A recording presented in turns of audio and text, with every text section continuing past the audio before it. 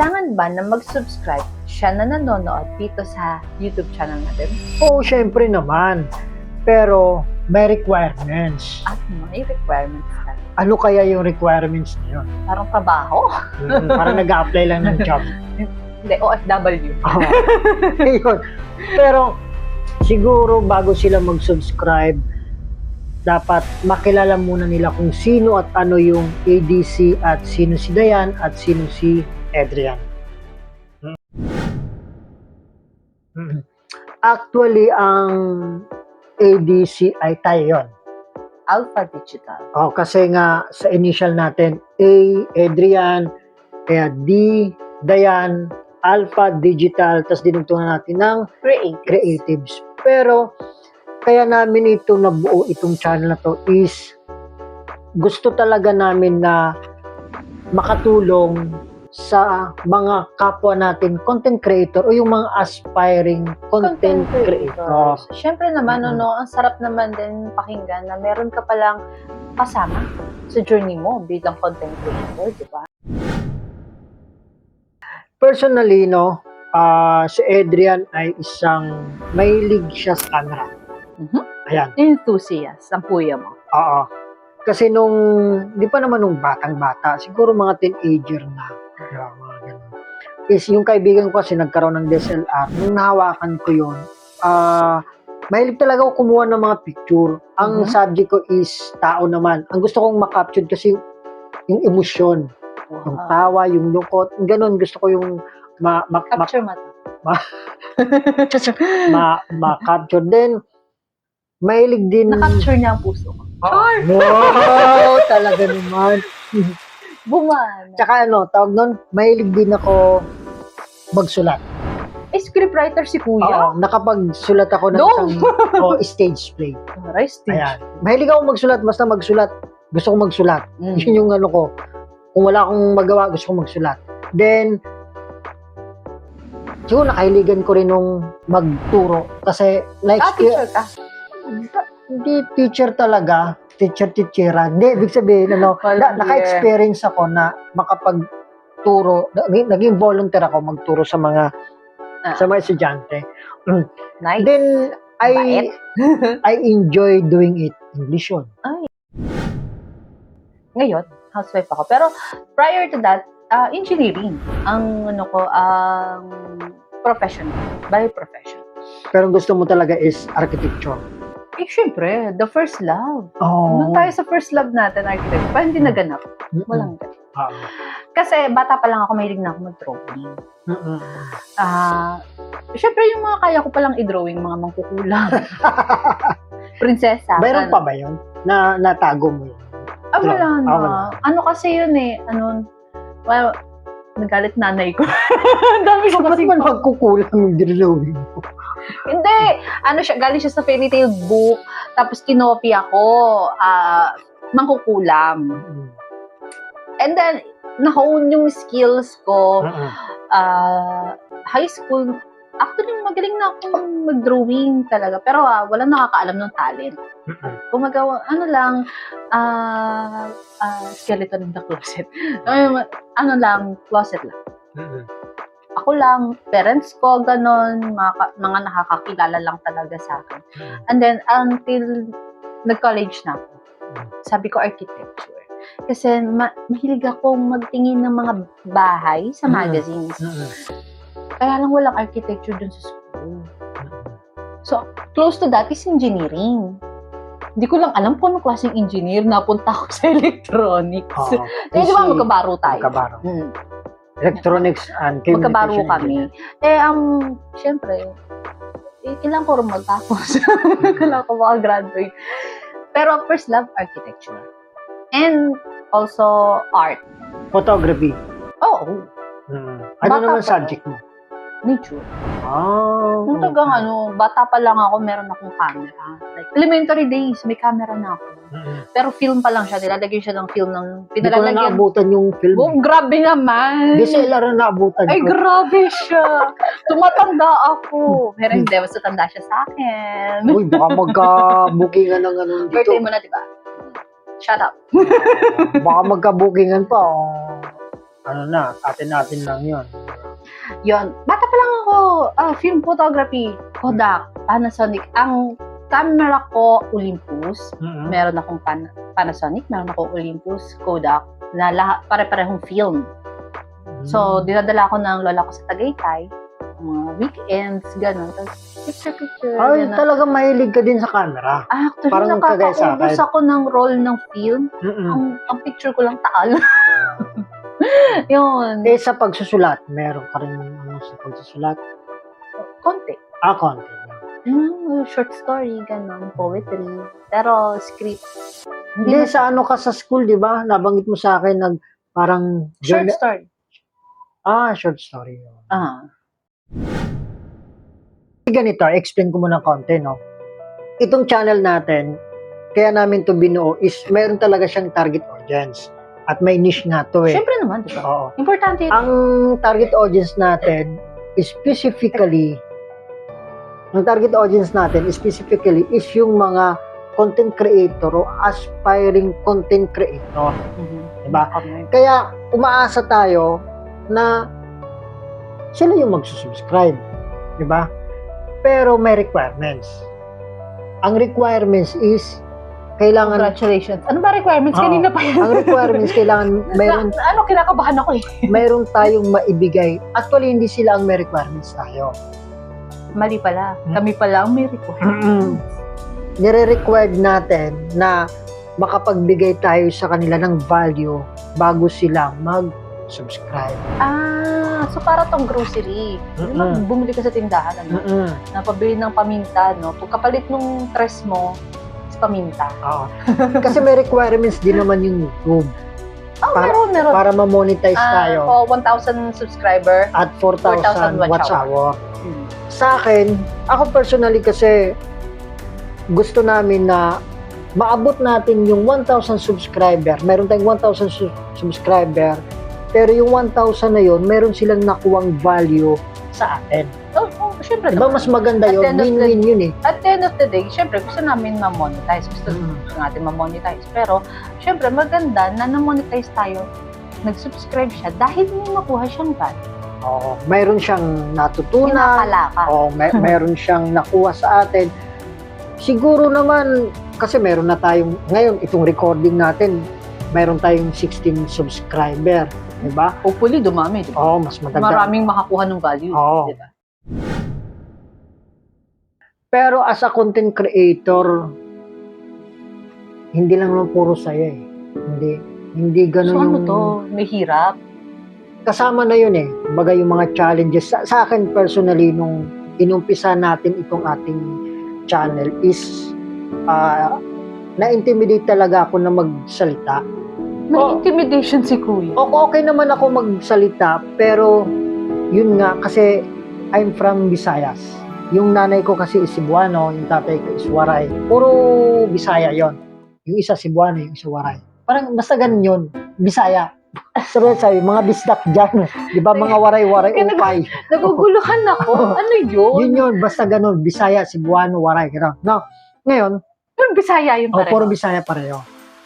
Ngayon, nung nalipat ako dito sa Cavite, way back 2008, is nagsasalita ko Tagalog. Siyempre, Tagalog dito. So parang... baluktot. Hindi, yung pinagtatawanan ako na hindi naman halata na tapos yung isa pa nga, Kuya, galit po ba kayo? So, na-intimidate ka doon? Oo, parang kasi ang dito, alam mo naman, Bisaya, yung Pedro, ginawang Pedro. Diba? Bawel. Yung bawel na so, nababaliktad. nami-mispronounce mo yung mga bawel. Yun. Bagay, yung mga nauna kong mga recording, halos, kaya naasiwa ako. Actually, yung nauna niyang recording, ano siya? Para siyang robot. No? Talagang script, yun? Word for word. Actually, word for word. Script to, totoo.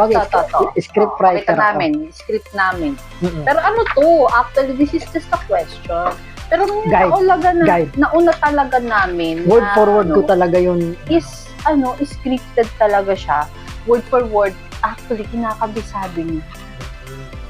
Mahina ako dun sa bagay niya. Which is my, challenge.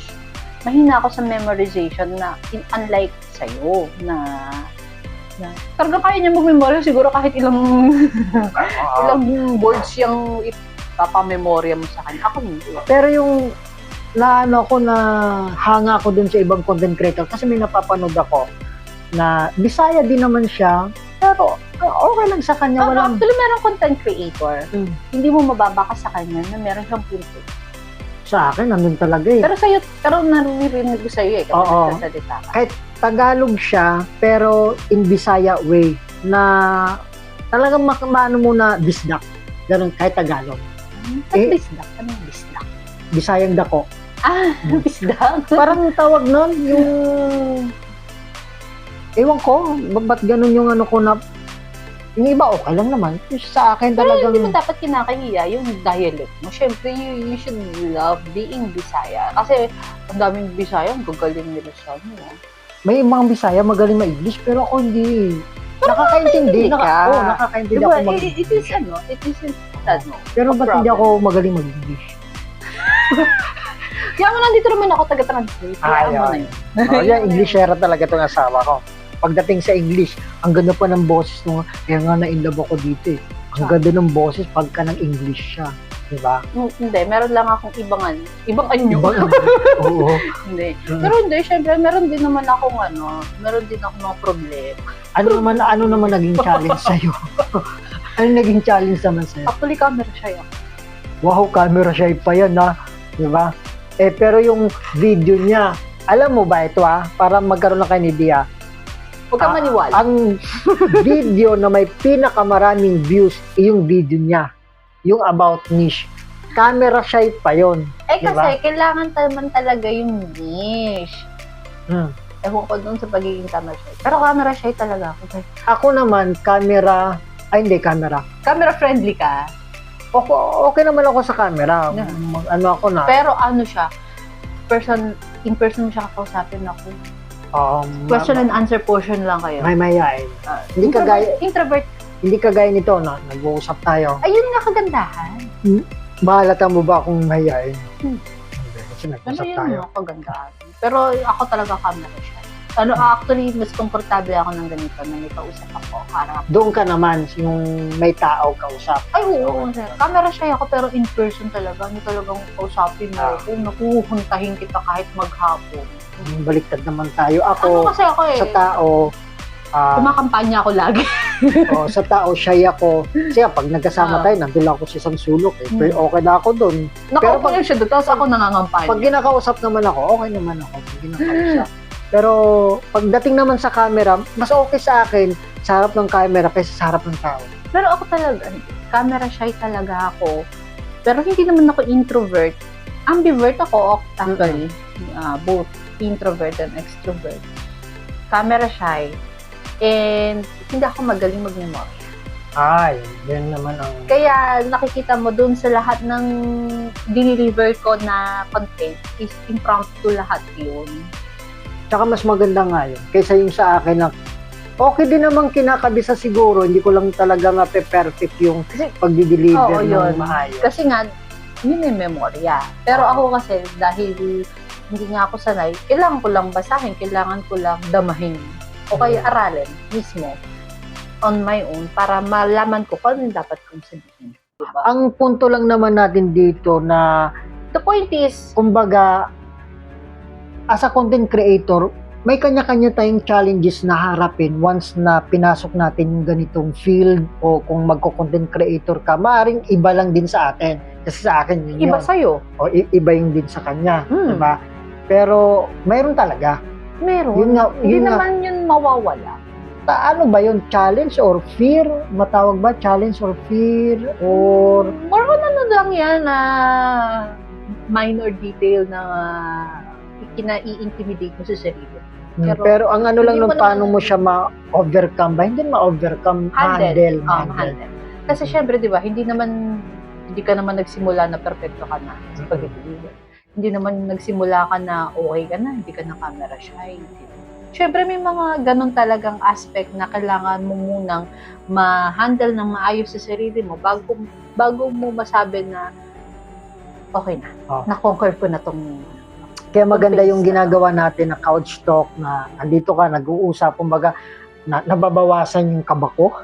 Oo, sa totoo lang kahit naman gano'n ka Mm. nakatagal siguro na humaharap sa camera, kinakabahan ka pa rin at some point dahil syempre na gusto mo ma-deliver ng tama, 'di ba? And yun na nga. And yun na nga, 'di ba? Para lang alam mo na hindi Ka nag-iisa. Hindi ka nag-iisa, and it is not always rainbows and butterflies, 'di ba? Sa akin naman, ako natatanaw ko yung ano natin, yung channel natin 2 to 3 years from now is mas marami pa tayong matututunan at ma-share sa mga kapwa natin, content creator. Kasi ngayon ako, Learning process. oo, alam kong konti pa lang yung alam ko, Sabi ko nga, 'di ba, kinder pa Oo. lang tayo, 'di ba? pero naniniwala kasi ako na the more you give, the more you have.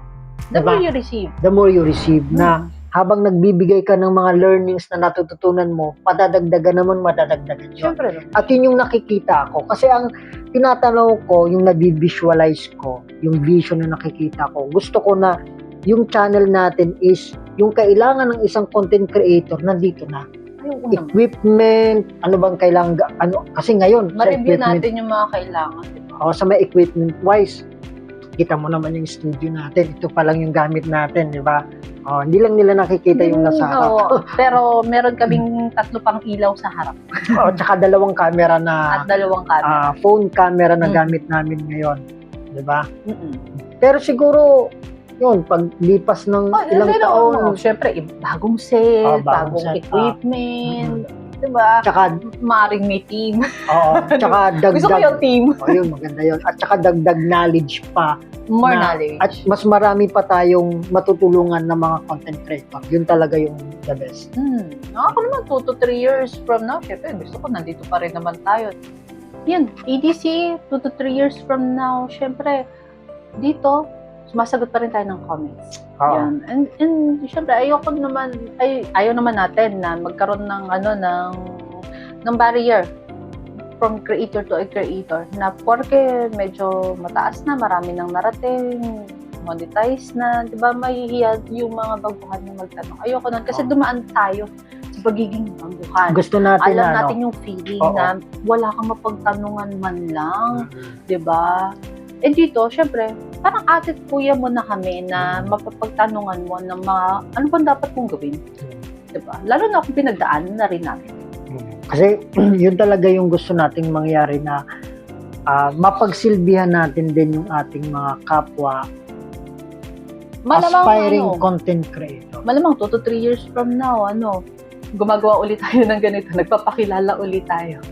Di ba? Ngayon, syempre, ang question mo, siguro, next question mo, malamang next question. Bakit mo ba kailangan mag-start ng YouTube channel? Bakit ba niya kailangan mag-start ng YouTube channel? At yun yung pag-usapan natin sa susunod nating video na Nice. aabangan mo.